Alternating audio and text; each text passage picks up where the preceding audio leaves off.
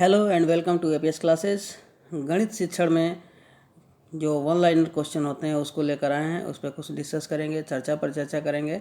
तो pedagogy of mathematics one liner में चलिए हम डिस्कस करते हैं। ये पहले लाइन से शुरू करते हैं। रेखा गणित शिक्षण का सबसे उपयुक्त विधि है। रेखा गणित पढ़ाने के लिए सबसे उपयुक्त विधि कौन सी विधि है? आगमन विधि। दूसरा पॉइंट क्या कह रहा है? दूसरा पॉइंट, कौन सी विधि में छात्र अधिक सक्रिय रहते हैं एवं इनके द्वारा नवीन तथ्यों की खोज की जाती है। तो गणित शिक्षण में कौन सी विधि ऐसी है जिसमें छात्र अधिक सक्रिय रहते हैं और नवीन तथ्यों की खोज की जाती है? तो वो जो विधि है उसको हम प्रयोगशाला विधि कहते हैं। अगला लाइन क्या कह रहा है? 10 गीतकी गणित ग्रंथ के लेखक कौन हैं? 10 गीतकी, देखिए यहाँ 10 गीतिका लिखा हुआ है। 10 गीतिका गणित ग्रंथ के जो लेखक हैं वो आर्यभट्ट हैं। गणित विषय की पाठ्यपुस्तक किस विधि पर आधारित होकर लिखी जाती है? गणित विषय की जो पाठ्यपुस्तक होती है वो किस विधि पर आधारित होकर लिखी जाती है? तो सिंथेसिस मेथड यानी संश्लेषित विधि पर लिखी जाती है। अगला पॉइंट, विद्यालय में गणित शिक्षा का मुख्य उद्देश्य है। विद्यालय में गणित शिक्षा का मुख्य उद्देश्य क्या है? यहाँ पे ऐसे भी समझ सकते हैं कि विद्यालय में गणित शिक्षा का जो मुख्य उद्देश्य होता है बच्चों की सोच का गणितीयकरण करना होता है। क्या होता है? बच्चों की सोच का गणितीयकरण करना होता है। गणित शिक्षा का मुख्य उद्देश्य कहाँ? विद्यालय में। चलिए अगला पॉइंट, रेखा गणित को किसने व्यवस्थित रूप प्रदान किया? रेखा गणित को किसने व्यवस्थित रूप प्रदान किया? यानी ये पूछ रहा है कि कौन ऐसा व्यक्ति है जो रेखा गणित को व्यवस्थित रूप प्रदान किया? तो वो ब्रह्मगुप्त साहब थे, ब्रह्मगुप्त जी हैं इसलिए ब्रह्मगुप्त। अगला लाइन, प्राथमिक कक्षाओं में गिनती सिखाने के लिए किसका प्रयोग उपयुक्त होता है? प्राथमिक कक्षाओं में गिनती सिखाने के लिए, तो आप लोग देखे होंगे बच्चे छोटे छोटे जो होते हैं स्लेट के किनारे लाइन लगी होती है, उसमें कुछ पॉइंट होते हैं, उसका नाम अबेकस होता है। तो अबेकस ऐसा इंस्ट्रूमेंट है जो प्राथमिक कक्षाओं में गिनती सिखाने के लिए प्रयोग किया जाता है। अगला पॉइंट, प्राथमिक स्तर पर गणित शिक्षा का महत्व होता है। प्राथमिक स्तर पर गणित शिक्षा का क्या महत्व होता है? व्यवहारिक महत्व होता है। यानी कि प्राथमिक स्तर पर गणित शिक्षा का जो महत्व होता है वो व्यवहारिक होता है। चलिए अगला लाइन क्या कह रहा है? स्कूली शिक्षा में गणित का मुख्य लक्ष्य होता है। स्कूली शिक्षा में, ये लाइन क्या कह रहा है? स्कूली शिक्षा में गणित का मुख्य लक्ष्य होता है। यानी कि गणित का मुख्य लक्ष्य क्या होता है? बच्चों के विचार प्रक्रिया का गणितीयकरण करना। बच्चों के विचार प्रक्रिया का गणितीयकरण करना, यही स्कूली शिक्षा में गणित का मुख्य लक्ष्य होता है। चलिए अगला point, curriculum for 10 year school किसके द्वारा प्रकाशित किया गया? तो कैरिकुलम फॉर 10 ईयर स्कूल जो प्रकाशित किया गया वो एनसीईआरटी के द्वारा प्रकाशित किया गया था। अगला लाइन, गणित शिक्षण का वास्तविक उद्देश्य ज्ञान प्राप्त करना नहीं वरन शक्ति प्रदान करना है। यह किसने कहा था? आपसे ये क्वेश्चन भी पूछ देगा, चार ऑप्शन दे देंगे, उसमें से पूछेगा कि गणित शिक्षण का वास्तविक उद्देश्य ज्ञान प्राप्त करना नहीं वरन या अपितु शक्ति प्रदान करना है। तो ऐसा डटन साहब ने कहा था। किसने कहा था? डटन साहब ने कहा था। चलिए अगला लाइन चलते हैं। अगला लाइन क्या कह रहा है? बहुत सारी गणित जानने के बजाय यह जानना अधिक उपयोगी है कि गणितीकरण कैसे किया जाए। किसने कहा था? क्या पूछ रहा है? क्या कह रहा है लाइन? बहुत सारी गणित जानने के बजाय यह जानना अधिक उपयोगी है कि गणितीयकरण कैसे किया जाए। यह डेविड व्हीलर साहब ने कहा था। तो डेविड व्हीलर ने क्या कहा था? बहुत सारी गणित जानने के बजाय यह जानना आवश्यक है, उपयोगी है कि गणितीयकरण कैसे किया जाए। अगला पॉइंट, गणित का ज्ञान प्रमुख रूप से उपयोग किस विषय में होता है? गणित ज्ञान का प्रमुख रूप से, गणित का जो ज्ञान है उसका ज्ञान प्रमुख रूप से किस विषय में किया जाता है? तो विज्ञान विषय में किया जाता है। इसको ऐसे भी बता सकते हैं कि विज्ञान विषय में गणित ज्ञान का मुख्य उपयोग किया जाता है। अगला पॉइंट, इकाई उपागम किस गणितज्ञ से संबंधित है? तो अगर इकाई उपागम की बात करें तो मोरिसन से संबंधित है। यानी कि मोरिसन से संबंधित है क्या? इकाई उपागम। इकाई उपागम किस गणितज्ञ से संबंधित है? तो मोरिसन से। अगला पॉइंट, जो छात्र गणित नहीं समझते हैं वह पाठशाला में प्रवेश नहीं ले पा सकते। किसका कथन है? तो प्लेटो ने, ऐसा लोग कहते हैं कि प्लेटो के पाठशाला के सामने भी लिखा हुआ था कि जो गणित नहीं समझते हैं वो पाठशाला में प्रवेश न लें। कुछ लोगों का ये भी कहना है कि जो लोग, ऐसा लिखा था कि जो ज्यामिति न जानता हो पाठशाला में न आए। तो बहुत सारी बातें हैं, बहुत सारे मत हैं, लेकिन ये पॉइंट जो बता रहा है कि जो गणित नहीं समझते हैं वो पाठशाला में प्रवेश नहीं पा सकते हैं, ये प्लेटो साहब का कथन है। अगला पॉइंट, गणित शिक्षण विधि के किस विधि द्वारा कमज़ोर छात्रों को ज़्यादा लाभ मिलता है? तो ज़्यादा लाभ मिलता है किसको? कमज़ोर विद्यार्थियों को। और गणित किस शिक्षण में? गणित शिक्षण में। और पूछ क्या रहा है? विधि। तो संश्लेषित विधि जो होती है, अभी ऊपर हम डिस्कस किए थे कि संश्लेषित विधि से गणित को लिखा जाता है, तो यहाँ पे जो संश्लेषित विधि है उसके द्वारा कमज़ोर छात्रों को गणित में ज़्यादा लाभ मिलता है। अगले पॉइंट की बात करें, गणित शिक्षण की कौन सी विधि तार्किक प्रतिपादन की विधि है? तो यहाँ भी संश्लेषण विधि ही होगा, यानी कि संश्लेषण विधि गणित की ऐसी विधि है जो तार्किक प्रतिपादन विधि है। ठीक है। अगला, किस विधि द्वारा अर्जित ज्ञान अस्थायी होता है? किस विधि द्वारा अर्जित ज्ञान अस्थायी होता है? तो विश्लेषण विधि द्वारा अर्जित ज्ञान अस्थायी होता है। ठीक है। अगला पॉइंट, किस विधि द्वारा प्राप्त गणित शिक्षण छात्रों में आत्मविश्वास एवं निरुता की भावना उत्पन्न करती है? क्या कह रहा है कि किस विधि द्वारा प्राप्त गणित शिक्षण छात्रों में आत्मविश्वास एवं आत्मनिरुता की भावना उत्पन्न करती है? तो ये आगमन विधि द्वारा गणित शिक्षण छात्रों में आत्मविश्वास एवं आत्मनिरुता की भावना उत्पन्न करती है। अगला पॉइंट, किसका कथन है कि गणित शिक्षण उपकरणों के माध्यम से शिक्षण को कोई अस्थायी और रोचक बना देता है? किसका कथन है? गणित शिक्षण उपकरणों के माध्यम से शिक्षण को अस्थायी और रोचक बना देता है। ये किसने कहा था? शिक्षक उपकरणों के माध्यम से शिक्षण को अस्थायी और रोचक बना देता है, किसने कहा था? मेकन तथा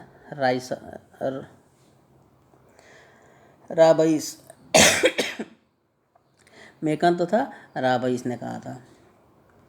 अगला पॉइंट, किन्हीं दो परिमेय संख्याओं के मध्य कितनी परिमेय संख्याएं होती हैं? कह रहा है किन्हीं दो परिमेय संख्याओं के मध्य कितनी परिमेय संख्याएं होती हैं? तो मानो कि अगर 0 और 1 के बीच की बात करें तो यहाँ पे इनफाइनाइट नंबर्स होते हैं, तो ये अनंत परिमेय संख्याएं होती हैं। किन्हीं दो परिमेय संख्याओं के बीच कितनी परिमेय संख्याएं होती हैं? तो अनंत परिमेय संख्याएं होती हैं।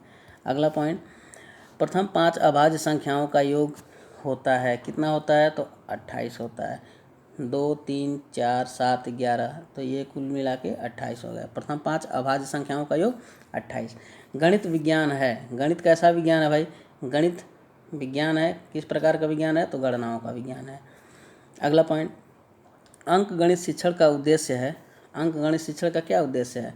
ऐसे भी पढ़ सकते हैं, दैनिक जीवन में कार्यों के लिए। तो दैनिक जीवन में कार्यों के लिए अंक गणित शिक्षण का उद्देश्य है। अंक गणित शिक्षण का उद्देश्य है दैनिक जीवन के कार्यों के लिए। ठीक है, ये पॉइंट। अगले पॉइंट पे आते हैं। अगला पॉइंट क्या कह रहा है? गणित की उन्नति व वृद्धि देश की संपन्नता से संबंधित है। गणित की उन्नति व वृद्धि देश की संपन्नता से संबंधित है। ऐसा किसने कहा था? तो नेपोलियन ने कहा था कि गणित की उन्नति वृद्धि देश की संपन्नता से संबंधित है। अगला पॉइंट, उच्च कक्षाओं में गणितीय कौन सी शिक्षण विधि होनी चाहिए? उच्च कक्षाओं में गणितीय कौन सी शिक्षण विधि होनी चाहिए? तो निगमन विधि। अगला पॉइंट क्या कह रहा है? गणित की सबसे प्राचीन शाखा। अगर गणित की सबसे प्राचीन शाखा की बात करें तो अंक गणित है। अच्छा, अगला पॉइंट, अज्ञात से ज्ञात की ओर कौन सी विधि जाती है? तो अज्ञात से ज्ञात की ओर निगमन विधि जाती है। और किस विधि में उदाहरण सबसे पहले दिया जाता है? तो आगमन विधि में पहले उदाहरण, फिर थियरी पे जाते हैं। और इसका ठीक उल्टा होता है, अज्ञात से ज्ञात की ओर जाना, यानी कि निगमन विधि। अगला पॉइंट, रेखा गणित के लिए उपयुक्त विधि है। रेखा गणित के लिए कौन सी विधि उपयुक्त है? तो विश्लेषण विधि, प्रमाण से प्रत्यक्ष की तरफ। विश्लेषण विधि क्या कहता है? प्रमाण से प्रत्यक्ष की तरफ। रेखा गणित के लिए सबसे उपयुक्त विधि है। अगला पॉइंट, निम्न कक्षाओं के लिए उपयोगी विधि है। निम्न माने निचली कक्षाओं के लिए उपयोगी विधि है कौन सा? आगमन विधि, यानी कि आगमन विधि छोटे कक्षाओं के लिए सबसे उपयोगी है। आगमन विधि निम्न कक्षाओं के लिए उपयोगी विधि है। अगला पॉइंट क्या कह रहा है? विशिष्ट से सामान्य की ओर कौन सी विधि होती है? तो विशिष्ट से सामान्य की विधि विशिष्ट के सामान्य की ओर जाने की विधि आगमन विधि ही कहलाती है, जो कि छोटे कक्षाओं के लिए भी उपयोगी है। अगला पॉइंट, लीलावती की रचना किसने की थी? तो भास्कराचार्य द्वितीय ने किया था। भास्कराचार्य द्वितीय ने लीलावती की रचना की थी। चलिए अगले पॉइंट पे आते हैं। गणित सार संग्रह महावीराचार्य। गणित सार संग्रह किसने लिखा है? महावीराचार्य। गणित दिवस कब मनाया जाता है? ये पॉइंट है कि गणित दिवस कब मनाया जाता है, तो 22 दिसंबर को। और 22 दिसंबर को और क्या है भाई? श्रीनिवास रामानुजम का जन्मदिन है, और श्रीनिवास रामानुजम के जन्मदिन के ऑनर में हम 22 दिसंबर को गणित दिवस मनाते हैं। चलिए अगला पॉइंट, मैथमेटिक्स सोसाइटी की स्थापना किसके द्वारा की गई? तो मैथमेटिक्स सोसाइटी की स्थापना प्रोफेसर BN प्रसाद इलाहाबाद के द्वारा की गई। अगला पॉइंट, यह किसने कहा था कि गणित सभी विज्ञान का द्वार व कुंजी है? ऐसा किसने कहा था कि गणित जो है वह विज्ञान का द्वार व कुंजी है? तो रोजर बेकन ने कहा था कि गणित सभी विज्ञानों का द्वार व कुंजी है।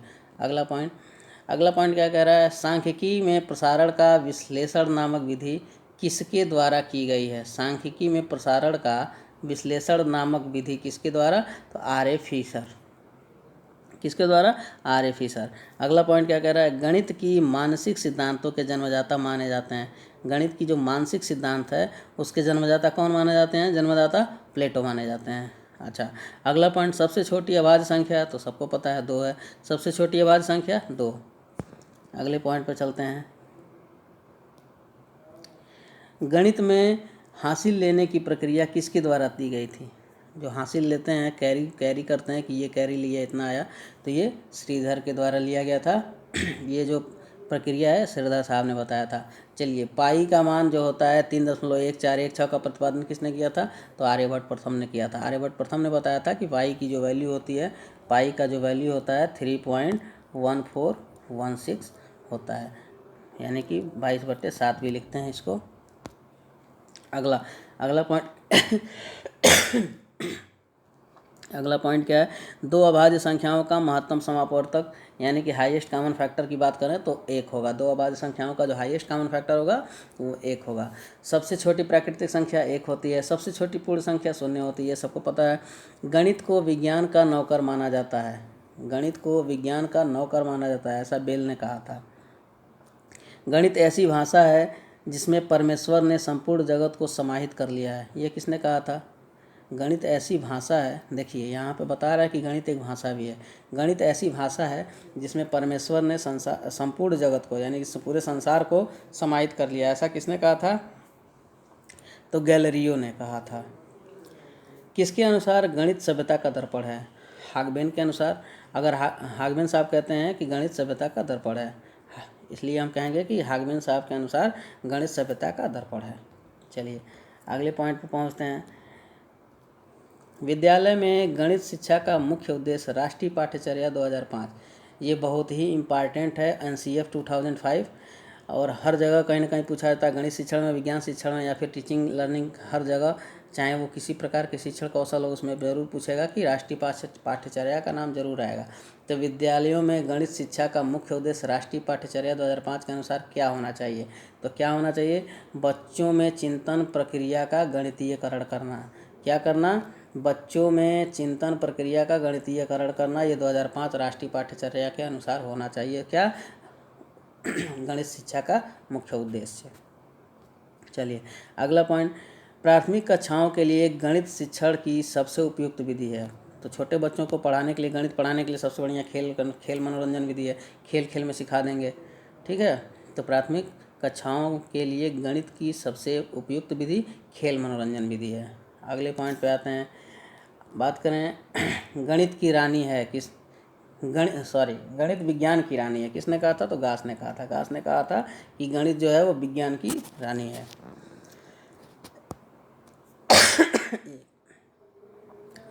आवाज़ थोड़ा सा गड़बड़ हो गया खांसी की वजह से। अगला पॉइंट, गणित की प्राचीन शाखा मानी जाती है अंकगणित। गणित की जो प्राचीन शाखा है वो क्या है? अंकगणित। अंकगणित को हम प्राचीन शाखा मानते हैं। समखटभुज में विकर्णों की संख्या 9 होती है, सबको पता है। पाई कैसी संख्या है? ये इरेशनल नंबर है, अपरिमेय संख्या है। गणित की प्रकृति कैसी होती है? तार्किक होती है, यानी कि तर्क शक्ति का डेवलप भी कराता है गणित। ऐसा भी कहेंगे कि गणित की जो प्रकृति होती है वो तार्किक होती है। अगला पॉइंट, बताए गए नियमों को उदाहरण में प्रयोग कर पोस्ट करना। बताए गए नियमों का कोई नियम बताया गया है, ऐसे पढ़ते हैं। बताए गए नियमों को उदाहरण में प्रयोग कर पोस्ट करना किस शिक्षण विधि से संबंधित है? तो आगमन विधि से। आगमन विधि से जो बताया गया नियम है उस नियम का अप्लाई करके सवाल को लगा देना आगमन विधि कहलाता है। अगला पॉइंट, ज्यामिति का संबंध किस क्षेत्र से है? तो ज्यामिति का जो सीधा संबंध है वो मापन से है। किससे संबंध है? मापन से है। ह्यूरिस्को का शाब्दिक अर्थ खोज करना होता है। ये पॉइंट याद रखेंगे, ये विज्ञान शिक्षण में भी इम्पॉर्टेंट है और गणित शिक्षण में भी इम्पॉर्टेंट है। तो ह्यूरिस्को का जो शाब्दिक अर्थ होता है वो खोज करना होता है। क्या होता है? खोज करना होता है। खोज करना क्या होता है? ह्यूरिस्को का शाब्दिक अर्थ। अगला पॉइंट, ह्यूरिस्टिक विधि की खोज किसने की थी? तो आर्मस्ट्रांग ने किया था। आर्मस्ट्रांग एक साइंटिस्ट थे जिन्होंने ह्यूरिस्टिक विधि की खोज की थी। ठीक है, चलिए अगले पॉइंट पे आते हैं। अगला पॉइंट क्या कह रहा है? जीवन की किस गतिविधि में गणित का सर्वाधिक प्रयोग होता है? तो जीवन की किस गतिविधि में? आर्थिक गतिविधि में। अगर हम बात करें आर्थिक गतिविधि की, तो जीवन की जो आर्थिक गतिविधि होती है वहाँ गणित का सर्वाधिक प्रयोग करते हैं। ठीक है, अगला पॉइंट क्या है? गणित शिक्षण की सहायक दृश्य सामग्री क्या होती है? दृश्य माने देखने वाली सामग्री। तो श्यामपट्ट होता है, मॉडल होता है, चार्ट एक्सेट्रा वगैरह। अगले पॉइंट पर चलें। अगला पॉइंट क्या कह रहा है? गणित को रोचक, सुग्राही एवं सरल बनाने के लिए आवश्यक है प्रभावशाली मनोविज्ञान। क्या आवश्यक है भाई? प्रभावशाली मनोविज्ञान अगर आपके पास है, उसकी जानकारी रखते हैं, तो गणित को रोचक, सुग्राही और सरल बनाने के लिए आप कैपेबल हैं। यानी कि ये कह सकते हैं गणित को रोचक, सुग्राही एवं सरल बनाने के लिए आवश्यक जो है वो प्रभावशाली मनोविज्ञान है। अगला पॉइंट, प्राथमिक स्तर पर गणित का क्या महत्व है? प्राथमिक स्तर पर गणित का क्या महत्व है? मानसिक। उपलब्धि परीक्षण, नैदानिक परीक्षण में अंतर है। उपलब्धि परीक्षण तथा नैदानिक परीक्षण में क्या अंतर है? तो उद्देश्य का। इन दोनों के उद्देश्य अलग अलग होते हैं। चलिए अगले पॉइंट की बात करें। अगला पॉइंट क्या कह रहा है? मनुष्य के जीवन की गतिविधियों में गणित का सर्वाधिक उपयोग होता है। मनुष्य के जीवन की गतिविधियों में गणित का सर्वाधिक उपयोग होता है, वह है सामाजिक और आर्थिक। सामाजिक और आर्थिक उपयोग सबसे ज़्यादा होता है गणित का मनुष्य के जीवन में। अगला पॉइंट, सर्वाधिक प्रभावशाली शिक्षण सामग्री है प्रत्यक्ष अनुभव। तो जो प्रत्यक्ष अनुभव है वो सर्वाधिक प्रभावशाली शिक्षण सामग्री है। अगले पॉइंट की बात करें। गणित के अध्ययन से एक बच्चे में किस गुण का विकास होता है? गणित के अध्ययन से बच्चे में कौन सा गुण डेवलप होता है भाई? तो आत्मविश्वास होता है, तार्किक सोच का विकास होता है, विश्लेषक सोच का विकास होता है, यानी कि वो तर्क कर सकता है, एनालिसिस कर सकता है और वो अपना आत्मविश्वास इम्प्रूव कर सकता है। अगला पॉइंट, गणित के किस विधि को हम प्रायः सूत्रों तथा नियमों की सहायता लेते हैं? तो निगमन विधि में हम गणित में निगमन विधि में जब हम पढ़ते हैं, निगमन विधि से जब पढ़ाया जाता है तो हमें सूत्रों तथा नियमों की सहायता लेनी पड़ती है। चलिए अगला पॉइंट, गणित की खोज किसने की थी? तो आर्यभट्ट ने की थी। ये सबको पता है, गणित की खोज आर्यभट्ट ने की थी। सूत्र की रचना के लिए सर्वोत्तम विधि आगमन विधि है। संरचना के लिए आगमन विधि है और आगमन विधि का प्रयोग करेंगे तो वह निगमन विधि में हो जाएगा। मतलब एग्जाम्पल का यूज कर लेंगे तो वह निगमन हो जाएगा और सूत्रों की रचना के लिए सर्वोत्तम विधि आगमन विधि है। चलिए अगला पॉइंट, शून्य का प्रयोग सबसे पहले किसने किया था? तो ब्रह्मगुप्त ने किया था। शून्य का सबसे पहला प्रयोग ब्रह्मगुप्त ने किया था।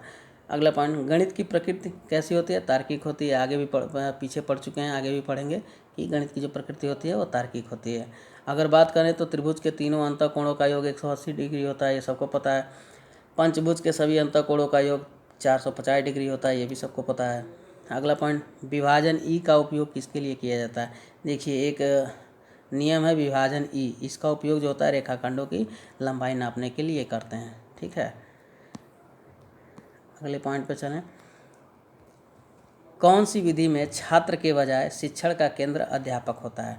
तो हम सबको पता है कि व्याख्यान विधि में जो अध्यापक होता है वही केंद्र बिंदु होता है वही व्याख्यान देता है और वो सेंटर पे होता है। केंद्र बिंदु अध्यापक होता है व्याख्यान विधि में। अगला लाइन क्या है, नवीन प्रश्न को हल करने के लिए सर्वश्रेष्ठ विधि मानी जाती है आगमन विधि। देखिए सबसे ज़्यादा आगमन विधि, निगमन विधि, विश्लेषण विधि और नैदानिक ट्रीटमेंट जो है ये सबसे ज़्यादा गणित शिक्षण में और विज्ञान शिक्षण में इसका प्रयोग किया जाता है। तो नवीन प्रश्नों को हल करने के लिए सर्वश्रेष्ठ विधि आगमन विधि मानी जाती है। ज्यामिति की समस्या को हल करने की सर्वोत्तम विधि विश्लेषण विधि। ज्यामिति समस्या को हल करने के लिए विश्लेषण विधि।